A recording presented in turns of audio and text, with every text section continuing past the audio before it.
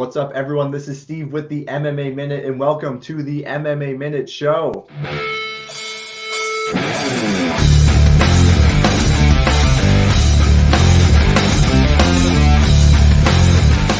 UFC 299 has come and gone, and now get excited. We're back to the Apex. Regardless, we still have another stacked agenda today. First, the Jackpot Giveaway, which is at $115, a recap of UFC 299, and then the main event, my picks and predictions for UFC Vegas 88. If time allows, we'll end with some fan questions. Timestamps are going to be down below if you want to skip around. But before we start, the Patreon is back up and running. If you want early access to my bets, picks, predictions for every card, my Patreon has you covered. I've partnered with MMA Premium and the UFC Genie, so you'll have 3 analysts for the price of 1. All links are below in the description. Make sure to hit that like button, drop a comment, subscribe to the channel, all that good stuff. And yeah, like I said, the Jackpot Giveaway, that's where we're going to start here. Last week, the 2-round significant strike total for Sean versus Cheeto, it was 103 significant strikes. Nobody hit that number, so the jackpot is still alive. We are up to $115 right now. Here's how to win this week. If you can guess how many total significant strikes will be landed in the first 2 rounds of the main event, Tai Tuivasa versus Marcin Tybura, you'll win the jackpot. You have to hit it exactly. That's the catch. If no one gets it right, the money will keep carrying over week after week until someone finally wins. Every week there's no winner. I'll throw more money into the pot to keep building it up. So let me know down below in the comments how many total combined significant strikes will we see between Tuivasa and Tybura in the first 2 rounds. Emphasis on the first 2 rounds. A couple things to note real quick. 1 entry per person. If there's a tie, I'll pick a winner at random, and the winners will be announced in the following week's video. So with that being said, share my screen here so you guys can see what I'm looking at. We're just going to go over UFC 299. Top to bottom, bottom to top, doesn't really matter. Joanne Wood, Marina Moroz. Wood won the rematch. She ended up retiring. Split decision, close fight there. Nothing really to talk about. Asu Almabayev dominates CJ Vergara. Doesn't find the finish. He's someone to keep an eye out on. Despain, whatever his name is, the 35-year-old Cuban, 6'7", 87-inch reach. He won the fight in 18 seconds. I'll admit, I was a little hesitant. I didn't want to throw big money on this guy who is a complete unknown, but this dude is scary. Are you kidding me? 18 seconds. We should have bet on that. Under 30 seconds probably was going to be the play. That's now, what, 4 fights in a row where he hasn't even seen the 30-second mark? That is absolutely insane. This guy's a problem. Kind of looks like we might have another Francis Ngannou, a 2.0 on our hands. I do want to pump the brakes just a little bit because it's Josh Parisian, but this guy's scary, and I can't wait to see where this guy's going to go because they are going to push him to the top as quick as possible. After that, Michel Pereira absolutely dominated his fight against Mikel Alexejczyk. Round 1 submission, rear naked choke. First off, he's dancing, he's putting on a show. You have to back up that type of entrance in your performance, and he absolutely did that. So I thought that was really cool. Alexejczyk just didn't really have much of a chance. 1 minute in, gets the submission. Pereira at 185. That's going to be a problem. In the early prelims headliner, Cutelaba versus Lins. We talked about it. If Cutelaba didn't get the finish, we were probably going to see a Lins sloppy decision, and that's exactly what happened. Cutelaba just fought the polar opposite as he usually does. Usually he comes out guns blazing, six takedowns in like 3 minutes, ground and pound, submission attempts. We saw none of that. He barely even tried to wrestle. The leg was definitely compromised the entire fight. I don't know. Felipe Lins, I just keep underestimating him. He keeps winning these fights, but it's still like mid-level, low-level light heavyweights that we're talking about. So not really much to go off of there. Not impressed by either guy. Talk about being impressed. Kyler Phillips against Pedro Munoz. I thought Pedro Munoz was going to be a good underdog look. I thought plus 3.5 was going to be a good bet. Kyler Phillips pitched a perfect game, a shutout, 30-27 across the board, and it wasn't even close. Kyler Phillips at 135. That's the type of test that you need to pass, and he did it with flying colors. So we're putting a gold star next to Kyler Phillips, and I think he is ready to take on some of these top 10 guys. Mateusz Gamrot against RDA. I don't know, man. RDA almost had that fight finished in round 1, and Gamrot turned it around, does what he does best, and just finds the wrestling nonstop. The chain wrestling was there. So it's just another performance from Gamrot where this guy's sitting at in the top 5, but I don't think he's a legit title contender. I don't think he should even challenge for the belt. I don't think he'll ever win the belt. It's just these weird performances after weird performances. He's obviously good. He still belongs in that top 10, top 5 conversation, but it's just underwhelming performances. And really, it's a one-trick pony. It's just nonstop wrestling. But outside of that, not really much on the feet, to be honest, because RDA was piecing him up early on. Macy Barber gets the job done, but again, was I impressed by Macy Barber? Not really. They had 30-27 on 2 judges' scorecards. I thought it was closer than that. Chookagian is a tough test for anyone, so I guess passing that test looks good for Macy, but there's just something about her that I'm not there yet. I'm probably going to fade her in their next fight, because the next fight after Caitlin Chookagian has to be someone in the top 5. It has to be someone legit. So I'm not sold just yet. In the prelims headliner, Curtis Blades taking on Jailton Almeida. Curtis Blades gets the job done early in round 2 after giving up, let me check here, after giving up 4 minutes and 39 seconds of control, which all came in round 1. He basically took him down 9 times. Jailton Almeida took down Blades 9 times and basically held him down for the entire first round. So he goes into round 2 probably looking like minus 1,000, but he's just so predictable. That was my whole thing, is that look at the Derek Lewis fight. If he's not getting a finish early on, what is he doing? He's just wrestling nonstop, but we're not seeing submission attempts. We're not seeing ground and pound. There's no activity coming out from those takedowns. So it's a very unimpressive performance from Jailton Almeida, and he kind of got fraud checked. Shout out to Curtis Blades. Got the job done. Saw the opportunity when Almeida went in for a takedown, just started hammering away with punches on the ground. Hammer fist after hammer fist after hammer fist. And it looked like maybe an uppercut caught Almeida at first, but then the hammer fist, like after the 10th one, finally got to him, and Almeida was just in a world of trouble. So big shout out to Curtis Blades. That was an awesome win.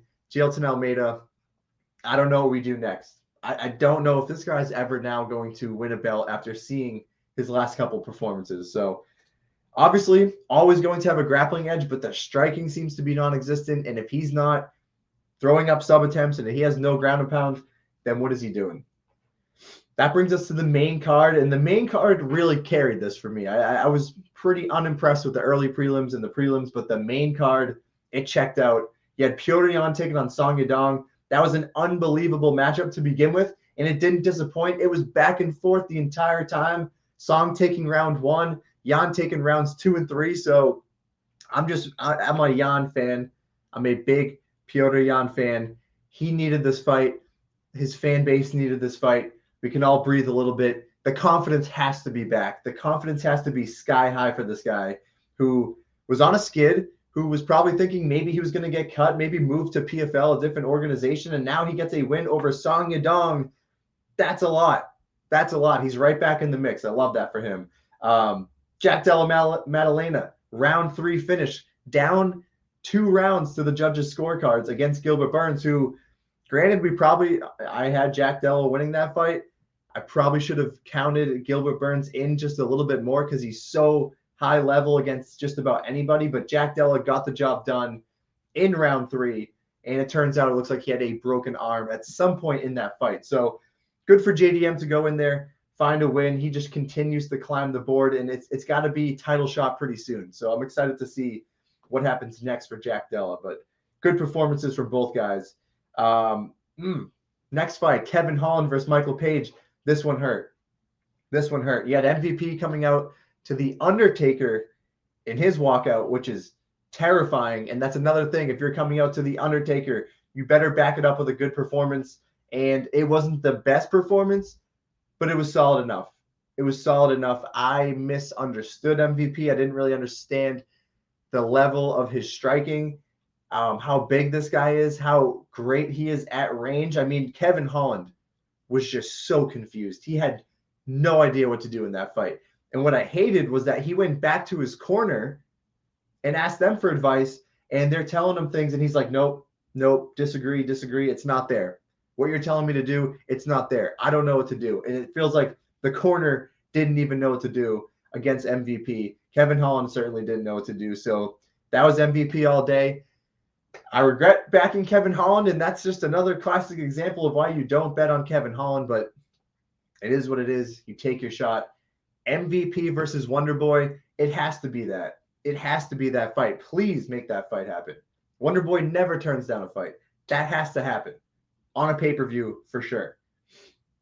Co-main event, Dustin the Diamond Poirier defeats Benoit Saint-Denis in round 2. Unbelievable fight. We got Benoit Saint-Denis going in there, doing what he does best, getting in the face, taking down Dustin Poirier, 3 of 7 on his takedowns, almost 5 minutes of control, landed almost double the strikes of Dustin Poirier. Mixed in a submission attempt. Dustin Poirier pulled guillotine like 4 times. His corner was like, dude, you got to stop doing that. And he was like, nah, I'm just going to keep doing it. Didn't really work out for him, but eventually when the fight was on the feet, Benoit Saint-Denis started to slow down.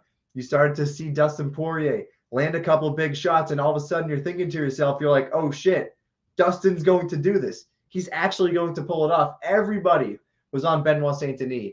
I hate myself for not backing the legend, for counting out Dustin Poirier. I hate it, but he got the job done. You got to be happy either way. Benoit Saint-Denis maybe had a staph infection. It seems like, he was on some antibiotics. Maybe that messed him up a little bit. Say what you want, but Dustin Poirier gets the win. He's still in that top 5 spot. And I think Benoit Saint-Denis is going to be okay. I think he's going to bounce back. But you got to respect Dustin Poirier every single time. At dog money, you have to do it. Great win from a great guy, from a legend.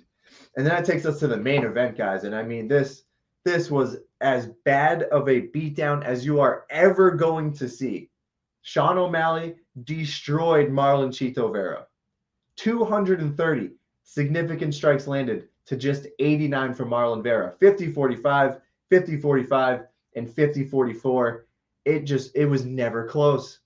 It was never close. And this is the thing with Marlon Chito Vera. We say it time and time again, but he always drops the early rounds. He looks for his timing later in fights, usually relies on that big shot to put his opponents out. But when it's not there, he can just be pieced up and out-volumed. And I don't know how this guy is still standing. He has to have the best chin in the entire UFC. He ate so many massive shots from O'Malley, including multiple knees to the chin, clean knees to the chin, and just kept on coming. It's insane. So the durability is obviously there for Marlon Vera. And there were small moments when he was able to cut down on the distance, get inside, land a couple of big shots. He was able to hurt O'Malley a couple times. And specifically, with literally like 3 seconds left in round 5, he lands a massive body shot on Sean O'Malley. And you could tell that one really hurt him. As soon as that bell went on, Sean O'Malley dropped down and was just like, holy crap. That may have had a fight-ending impact had there been like 1 minute left. So Marlon Vera needed to be more aggressive for the 5 rounds. In my opinion, I needed to see more takedowns from him. You're staying at range against Sean O'Malley, you're toast. And that really played out in Sean's favor. So big credit to Sean O'Malley in that fight. That was one of the best title defenses I have ever seen. I think it's fair to say that Sean O'Malley very well could be the best striker in the UFC today. So I'm curious to see what you guys think. That main event wasn't even close. Who's getting the next title shot? I don't know. Corey Sandhagen, Merab Dvalishvili. He'll certainly have his hands full, but that is a great title defense from Sugar Sean O'Malley. So that is the UFC 299 recap. A lot to get into there. I know. Obviously, if you want to get into the picks and predictions, as I said, the timestamps are down below. What's trending, just real quick. I mean, I had to mention it. I think it was the same night as UFC 299. Francis Ngannou got clocked by Anthony Joshua. I didn't even realize it because I only saw the clip of him getting knocked out, but he got dropped in round 1, early in round 2, and then he got knocked out also in round 2. So a bad look for Francis. Now the Tyson Fury fight's starting to look like an outlier. Come back to MMA. just come back to MMA. You got paid 2 big fights, probably made like 20 million total combined in those 2 fights. Come back to MMA, or maybe even just retire. I don't know, but just come back to MMA. Just be done with boxing. That was a bad look. In terms of our sponsors, Odds Jam, make sure to check them out. If you sign up with promo code MINUTE, you're going to get 35% off, and you're going to get a free week trial. They have a positive EV tool, which literally will shop the best line across multiple sports books. You might see minus 200 over here, but you might find minus 120 over here. So it literally finds you the best line across not just MMA, but every sporting event that's happening. So make sure to check them out. They are very data driven. It's a very cool tool. Bet US, we have a 125% deposit bonus. Make sure to check that out. All of these links are going to be down below in the description. And again, the Patreon is live. My picks, predictions, and bets, in addition to 2 other MMA betting analysts, 3 people for the price of 1. Make sure to check it out. And now we will get into the main event here. We have the UFC Vegas 88 preview and picks. Let's get it. Okay, so we are on to UFC Vegas 88 here. And this is back in the Apex, as I mentioned. Hate to see it. It is headlined by Tai Tuivasa and Marcin Tybura. Honestly, it's a waste of a Tai Tuivasa fight. Being in the Apex, you hate to see it. This guy is pay-per-view material time in and time out. Being in the Apex, it's just not going to feel the same, especially coming off of UFC 299. But we have a 4 p.m. Eastern Standard Time prelim start, and that's 7 p.m. for the main card. When I get into this, I like to break it down main card first. We'll work bottom to top, and then we'll get into the prelims, more of a quick pick style. So again, bottom to top here, we are going to start with GM3 taking on Bryan Barbarena. You have GM3, minus 250 favorite, 6'1", 36 years old. He has a 77.5-inch reach. Taking on Barbarena, Bam Bam, plus 205, 6 foot, 34 years old, 72.5-inch reach. Bam Bam, always an exciting fighter to watch. He absolutely loves throwing down on the feet, landing nearly 6 significant strikes per minute. He throws caution to the wind, and he loves engaging in wars. He doesn't necessarily have the biggest power in his shots, and he's also undersized at 185. He used to fight down at 170, where he really wasn't even that big down there. Now he's up at 185 for whatever reason, probably just doesn't want to cut weight. I don't love that look. And his takedown defense and his overall grappling game is very, very weak. I'd like to think he's a decent dog here. I don't love the price, to be honest. You don't really like to see GM3 as like a minus 250 favorite anytime. But I got to go with GM3 in this spot. It's just the submission game. It's extremely high level. Bam Bam's takedown defense is so bad. And it's not even that GM3 has good wrestling, has good takedowns. It's just that Bam Bam's takedown defense is so bad that it feels like anybody can get this fight to the mat. And if it does get to the mat, it's going to be a problem. And I think GM3 is just going to go to work early and get the job done quickly. I'm going with the GM3 round 2 submission. Pannie, Kianzad taking on Macy Chiasson in the next fight here. We have Kianzad, 5'7", 32 years old, 66-inch reach. She is plus 205. Macy Chiasson is minus 250. She is 5'11". She is 32 years old, and she has a 72-inch reach. In this spot, I don't usually love picking women's MMA confidently, but I kind of love Macy here. I'm not going to lie. Kianzad is pretty low level, which shows in her record. She beats the Lena Landsbergs, the Alexis Davises of the world, but a step up to Caitlin Vieira or Rocky Pennington, and she drops the ball. She throws decent volume on the feet, landing almost 5 significant strikes per minute, and she shows a 71% takedown defense. But honestly, I think anyone with competent wrestling can get her down.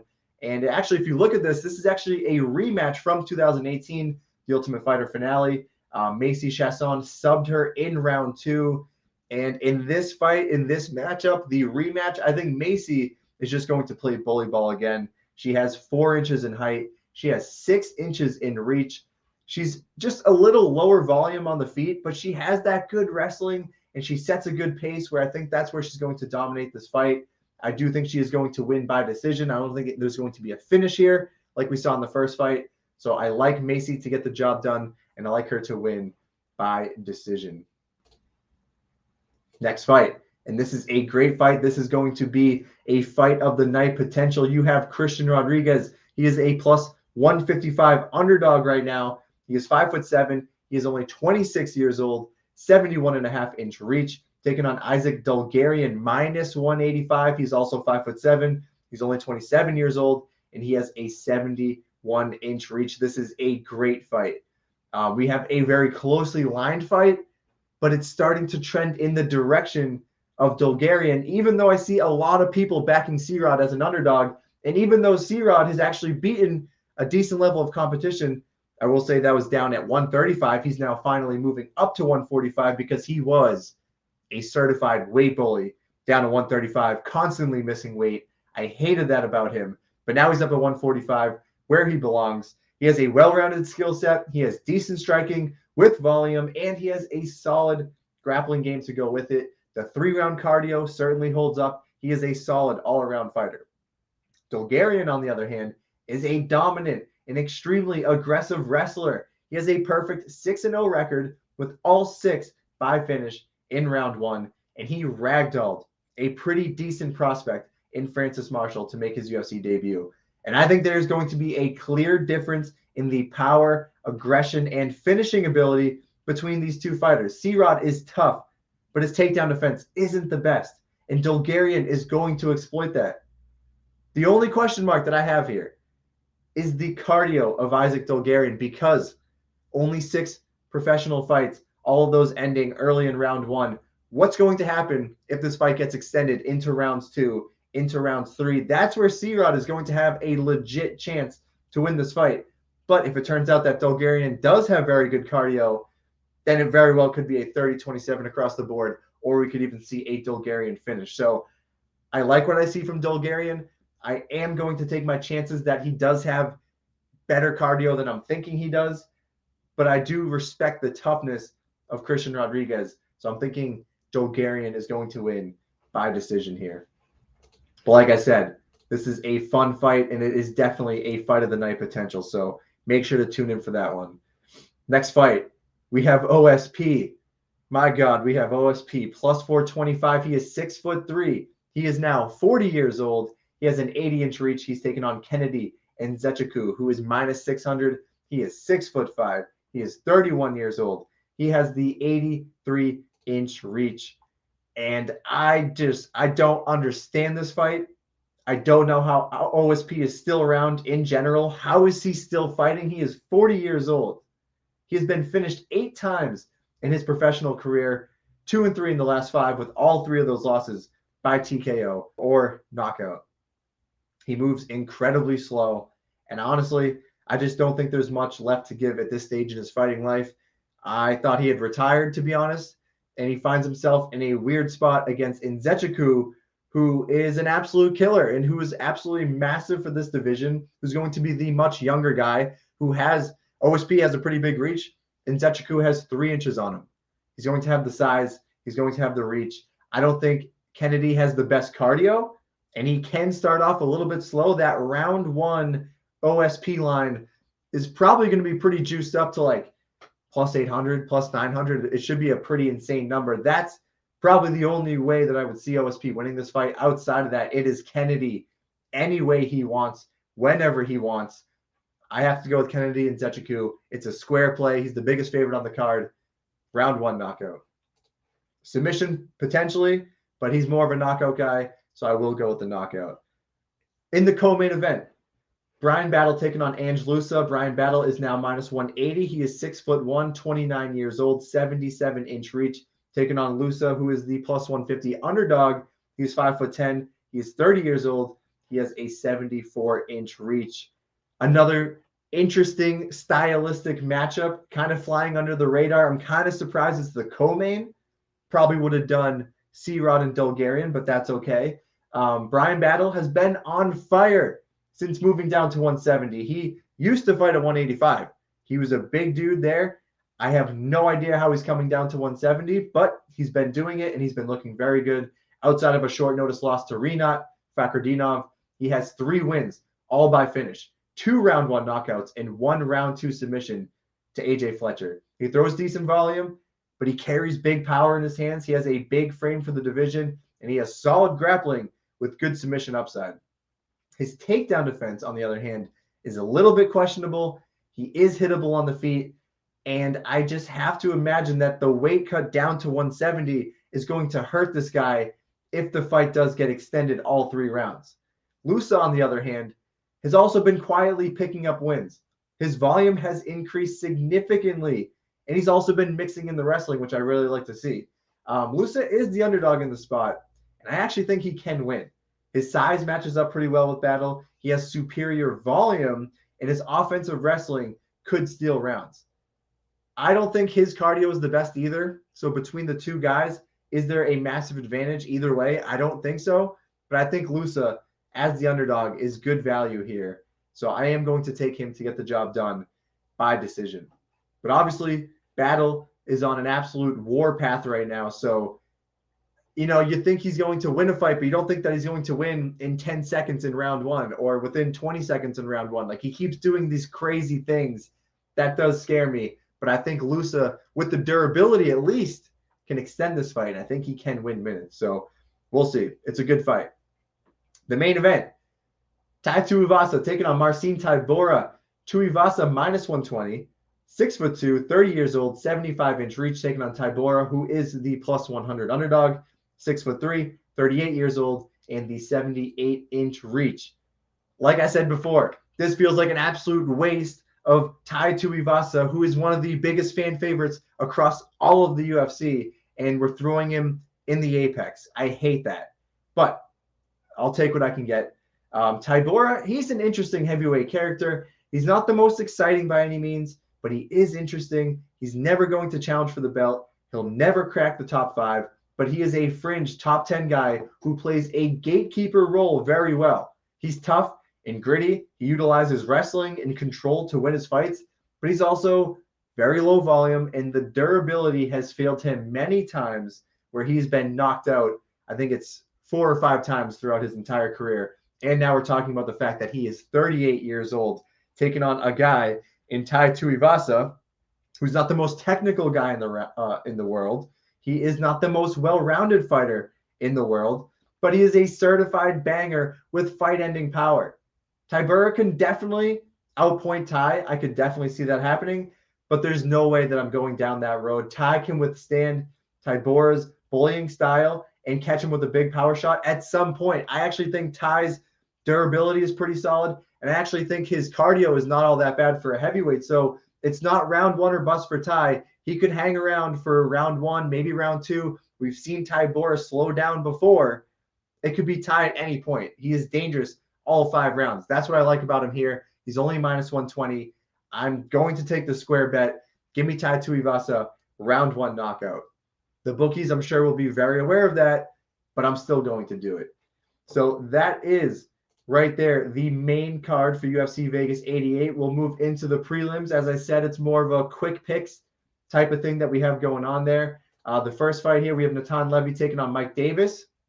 Levy, plus 270, 5'9", 32 years old, 71-inch reach, taking on Davis, who is minus 350, 6 feet, 31 years old, 72.5-inch reach.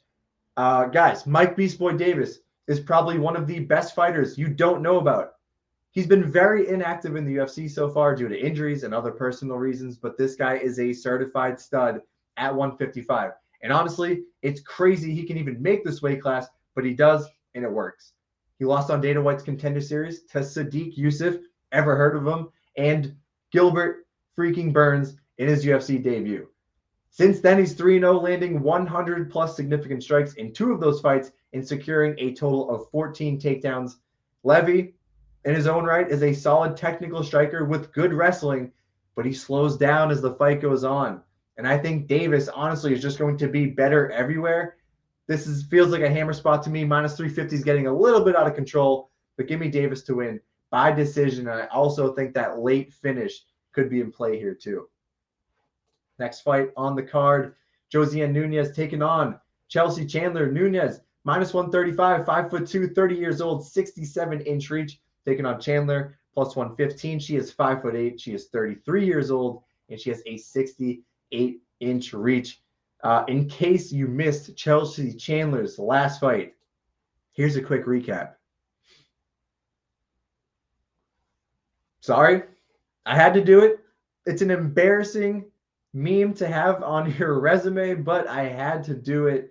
And honestly, guys, if that is how she is reacting to a punch from Norma Dumont, that could spell trouble for here against Nunes, who throws at an insanely high clip, high volume, and she has big power in her hands. But the other thing is that I do worry about the size, the strength, and the wrestling disadvantage for Nunes, who is much, much smaller, 5'2" versus 5'8". Only a 1-inch reach disadvantage, but that wrestling disadvantage could come into play here. It does feel like this is a true coin flip type of fight. It's Nunes on the feet. It's Chandler on the mat. If we are getting wrestling from Chelsea Chandler here, that's where we're going to win. I like the dog here. Give me Chelsea Chandler by decision. Should I do it again? I'll do it again.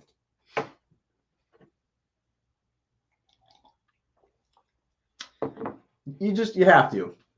When in Rome, you know?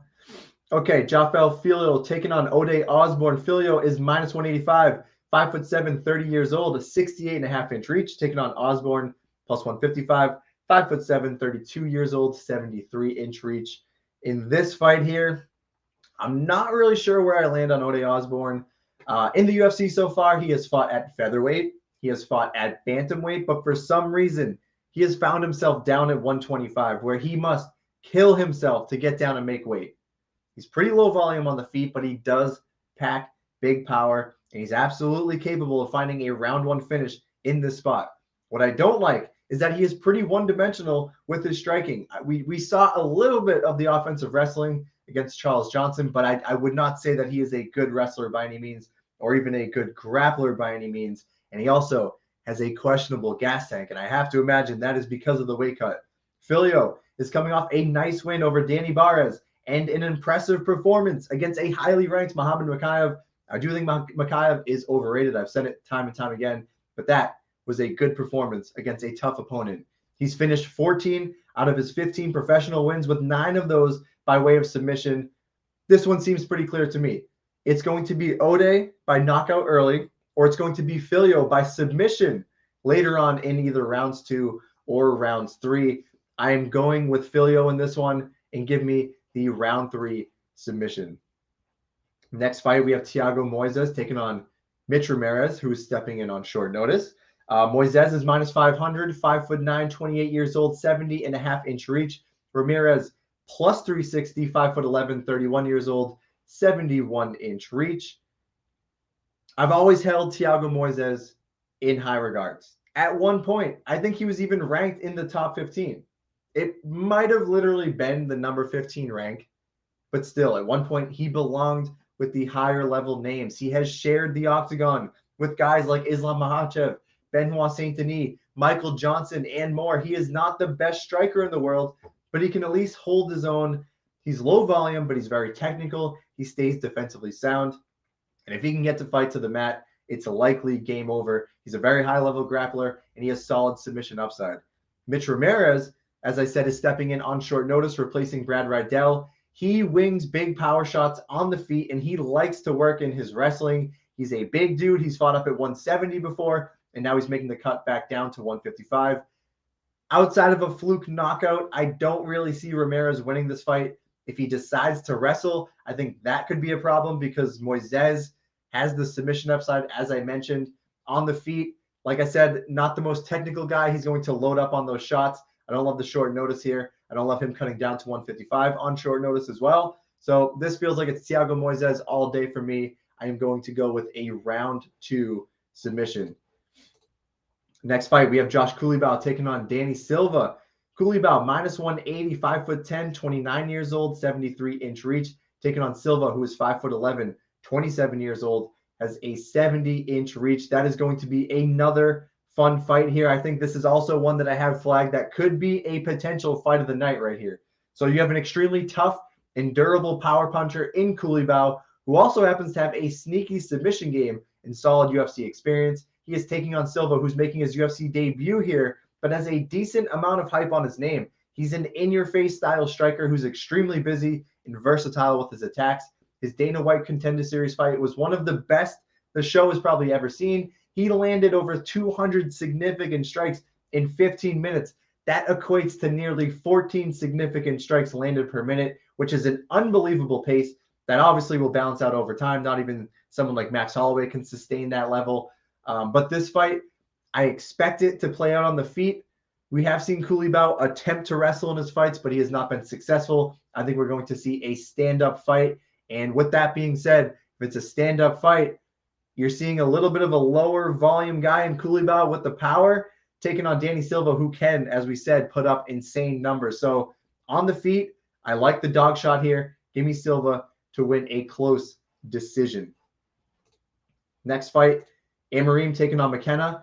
Amarim, she is now plus 105, 5'3", 28 years old, 67.5-inch reach, taking on Corey McKenna, who is now minus 125, also 5'3", 24 years old. And you are going to see the 58.5-inch reach. We had 87 inches in reach last weekend with UFC 299 and in Despain. I don't know how to pronounce his name. And now we're seeing 58.5. I think that is literally the biggest reach in the UFC. And now we have the smallest reach in the UFC.